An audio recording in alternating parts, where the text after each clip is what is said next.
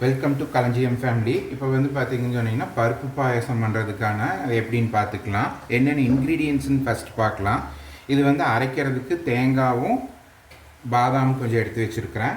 பருப்பு வந்து பாசிப்பயிர் வேக வச்சு எடுத்து வச்சுருக்கிறேன் 1 டம்ளரு. அது கூடவே வந்து ஜவ்வரிசி, நைலான் ஜவ்வரிசி ஊற வச்சு 1 மணி நேரம் அதையும் குக்கரில் 2 ஸ்டீம் விட்டு எடுத்து வச்சுருக்கிறோம். இது தாளிக்கிறதுக்கு வந்து பார்த்திங்கன்னா கடைசியில் பாயாசத்தை முந்திரியும் திராட்சையும் எடுத்து வச்சுருக்குது, நெய் சேர்த்து வச்சுக்கலாம். இப்போ இன்றைக்கி வந்து பார்க்குறது வந்து கருப்பட்டியில் பாயாசம் பண்ணலான்ட்டு இருக்கிறோம். அதுக்கு வந்து ஸ்வீட்டுக்கு கருப்பட்டி தான் போட போகிறோம். பாருங்கள், இதுதான் கருப்பட்டி. இது வந்து பனங்கருப்பட்டி வாங்கிட்டு வந்து வச்சுருக்கிறோம். இதை வந்து தட்டி போட்டு அதில் இருக்கிறதையெல்லாம் ஸ்டெயின் பண்ணிவிட்டு கடைசியில் பாயாசம் ஆகிறப்போ ஊற்றிக்கலாம். வாங்க ப்ரிப்பேர் பண்ணுறப்போ எப்படிங்கிறது பார்த்துக்கலாம். இப்போ அரைக்கிறப்போ கொஞ்சம் ஃப்ளேவருக்கு வேண்டி ஏலக்காவும் கொஞ்சம் சேர்த்துக்கலாம் ஃப்ரெண்ட்ஸ். பாருங்கள், பாயசத்துக்கு கொஞ்சம் பச்சரிசி அரைச்சி ஊற்றுவாங்க. நம்ம வந்து இன்றைக்கி ஒயிட் ரவா வச்சு பார்க்குறோம். நம்ம அது கூட இந்த இன்க்ரீடியன்ஸ், தேவையான இன்க்ரீடியன்ஸ் இருக்குது. இப்போ பாருங்கள், அரைக்கிறதெல்லாம் போட்டு மிக்சியில் சேர்த்து அரைச்சிக்கலாம். ஏலக்காய் எங்களுக்கு வந்து இன்றைக்கி கொஞ்சம் குவான்டிட்டி நிறையா இருக்கிறதுனால நான் இவ்வளோ ஏலக்காய் போடுறேன். அதே மாதிரி பாதாமும் எனக்கு குவான்டிட்டி நிறையா வேணும் பாயசங்கிறனால கொஞ்சம் பாதாம் இதெல்லாம் சேர்த்து போடுறோம். பாருங்கள், தேங்காய்,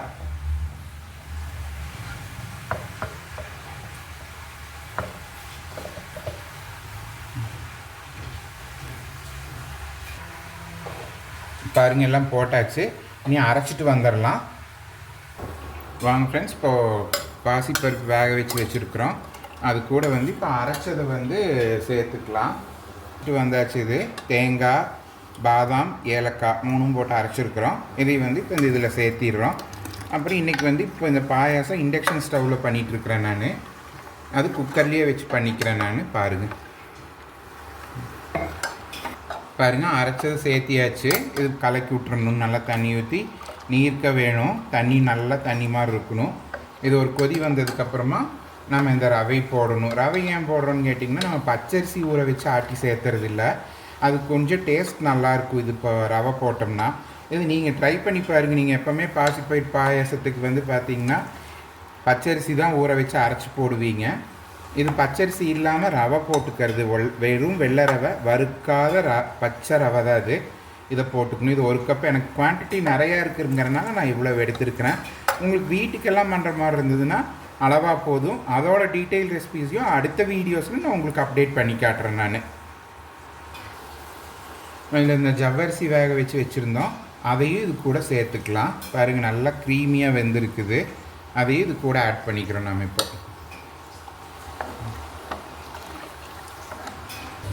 இப்போ பாயசத்துக்கு வந்து கருப்பட்டி உருக்கி பாகு பண்ணியாச்சு. இனி இது வந்து நல்லா பாகாயிடுச்சு. பாருங்கள், இதை வந்து வடித்து எடுத்துக்கணும். சும்மா வடிக்கிறதுக்கு வேண்டி குப்பை இருக்கும், அதனால் வடிக்கிறதுக்கு வேண்டியதை அதை நம்ம கரைச்சிக்கிறோம். எந்த விதமான பாகோ எதுவும் தேவையில்லை, பாகு பதமெல்லாம் தேவையில்லை. கரைஞ்சால் சரி நம்மளுக்கு. பாயசம் பாருங்கள் நல்லா கொதிச்சிருச்சு. நம்ம கூட்டி வச்சது இது கூட இப்போ ரவை போட்டுக்கு போகிறோம். அதுக்கு நல்லா கம்மி பண்ணிவிட்டு ரவை சேர்த்தணும். கம்மி பண்ணிவிட்டேன். ஃப்ளேம் நல்லா ஸ்லோ பண்ணிவிட்டு ரவை சேர்த்துக்கோங்க. ரவை நிறையா அப்படியே சேர்த்திங்கன்னு சொன்னிங்கன்னா கட்டி பட்டுரும். ஸோ கட்டி படாமல் லைட்டாக கொஞ்சம் கொஞ்சமாக மெதுவாக சேர்த்துக்கணும். பாருங்கள், நான் பண்ணுற மாதிரி அப்படியே பண்ணிக்கோங்க.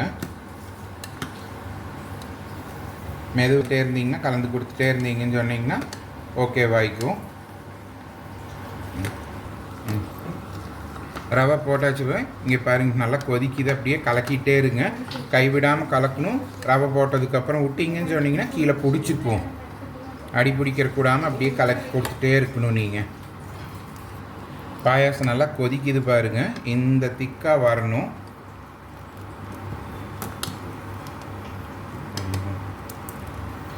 அப்புறம் நம்ம இந்த ஏற்கனவே காய்ச்சி ஆற வச்சுருந்த இந்த பாகு ஊற்றிடலாம். வடித்து ஊற்றலாம். பாருங்கள், கருப்பட்டி பாகு இது கரைச்சி மட்டும் வச்சுருக்குது, பாகு இல்லை. பாருங்கள், இதில் எவ்வளோ குப்பை நிற்கிதுங்கிறத பாருங்கள். இதுக்கு வேண்டி தான் நான் வடிக்கணும்னு சொல்கிறது. பாருங்கள், அதில் எவ்வளோ நிற்கிதுன்னு பாருங்கள். ஸ்டெயினில் பாருங்கள் எவ்வளோ குப்பை இருக்குதுன்னு. இப்போ இதை அப்படியே பாயசத்தை நல்லா கலந்து கொடுங்க.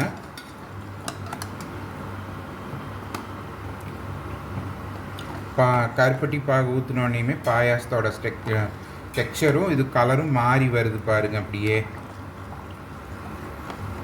அந்த ஃப்ளேவரும் நல்லா இருக்குது. ஹெவி ஃப்ளேவராக இருக்குது பாருங்கள்.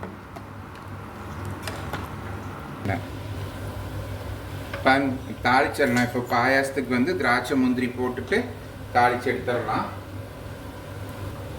பாயாசம் மேக்ஸிமம் ரெடி ஆயிடுச்சு. இப்போ திராட்சை முந்திரி மட்டும் போடணும். நெய் போட்டு வச்சுருக்கேன் சின்ன வடக்கல்ல. ஃபஸ்ட்டு முந்திரி போட்டுக்கலாம். முந்திரி கொஞ்சம் கோல்டன் ப்ரௌன் ஆனதுக்கு அப்புறமா திராட்சை போடுங்க.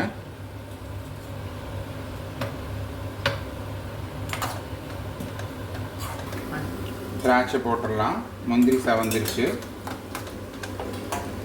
திராட்சை போட்டோன்னா ஸ்டவ் ஆஃப் பண்ணிக்கலாம். கொஞ்சம் திராட்சை அப்படியே பலூன் மாதிரி ஆகும், அப்புறம் ஆஃப் பண்ணிக்கோங்க.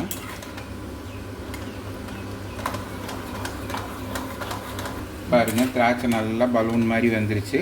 நீ ஸ்டவ் ஆஃப் பண்ணிக்கலாம். ஸ்டவ் ஆஃப் பண்ணிவிட்டு இந்த பாயாசத்தில் கொட்டிக்கலாம். அப்போது இது நம்ம திராட்சை முந்திரி கொண்டு வந்து இதில் போட்டுடலாம்.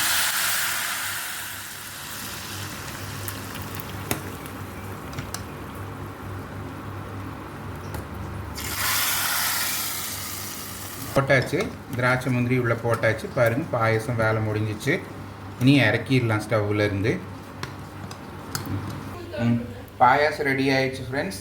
பாருங்கள் எப்படி இருக்குன்ட்டு. நீங்கள் இந்த பாயாசம் இந்த ஸ்டைலில் ட்ரை பண்ணுங்கள். எப்படி இருக்குதுங்கிறத கமெண்ட் பண்ணுங்கள். இதை உங்கள் ஃப்ரெண்ட்ஸ்க்கெல்லாம் ஷேர் பண்ணுங்கள். சப்ஸ்கிரைப் பண்ணிக்கோங்க மறக்காமல். தேங்க்யூ.